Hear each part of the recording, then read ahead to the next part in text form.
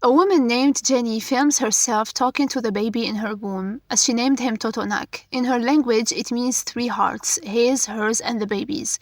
His father reprimanded her when he found out about it because she's not supposed to give the baby a name.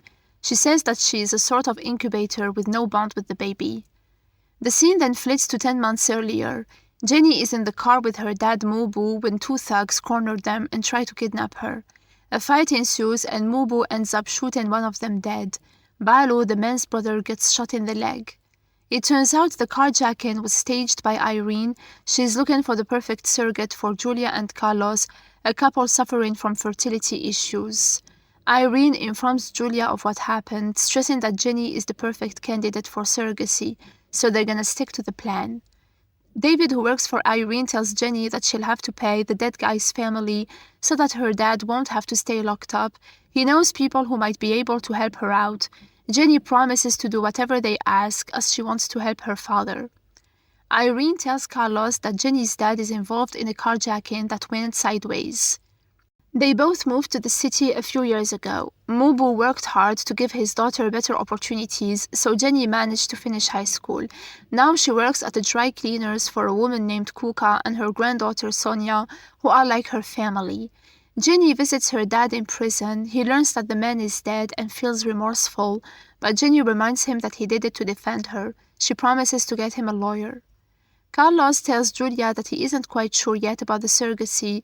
His sister tried that and she lost the baby immediately. He reminds her that they only got 1 embryo left. He doesn't want to entrust that precious egg to someone they know nothing about. Marcella tells Nora that she wants to resign because Nora chose not to compensate any of the women who participated in the studies. She advises Nora to help them so that no one would judge her company for the side effects that their children are being born with. Kuka and Sonia urge Jenny to eat and promise to help get her dad out somehow. They even offer to put the dry cleaning shop up for sale. Jenny is grateful, but she decided to seek David's help. Carlos's mom, Nora, tells him that Marcela wants to resign from the company and knows that she's not going to stay quiet. Fernanda reminds her that she can't fight their legal department. Besides, their medical research is protected by confidentiality clauses. Julia confesses that she might lose Carlos if they don't have a child soon. She reminds him that his mother, Nora, desperately wants a grandchild no matter what, even if he doesn't have one with her. Jenny meets Irene and signs the contract. She learns that she'll be confined during the entire pregnancy. Jenny assures them that she doesn't want any children, so she's not going to run away with one that isn't even hers. Nora scolds Julia for drinking alcohol while she's on fertility treatments, and Carlos informs Marcella that they found a surrogate, so he needs her to implant the embryo. If she helps them out, he promises to release her from the company. David pulled some strings for Jenny to celebrate New Year's Eve with her dad. She reveals that she's getting him out of there soon. Carlos tells Nora that they've decided to hire a surrogate mother. She wishes him luck and walks out. Jenny hands Sonia a letter to give to her dad and promises to keep her posted.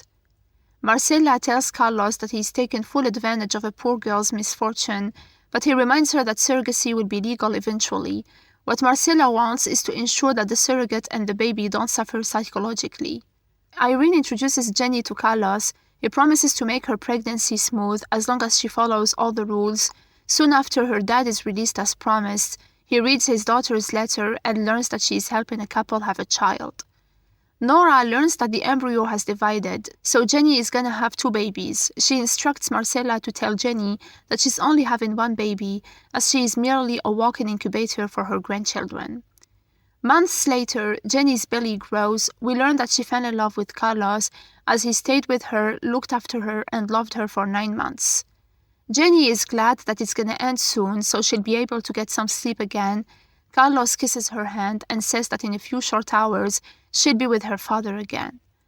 While Jenny undergoes the C-section, her dad is shown being followed by Balu, who is the dead man's brother seeking revenge. Balu confesses that day they just wanted to get him into jail for a few nights so they could get his daughter to agree to the pregnancy. Balu then holds him at gunpoint. Dr. Navarro explains to Nora that the boy is healthy, but unfortunately he was born with a clubfoot.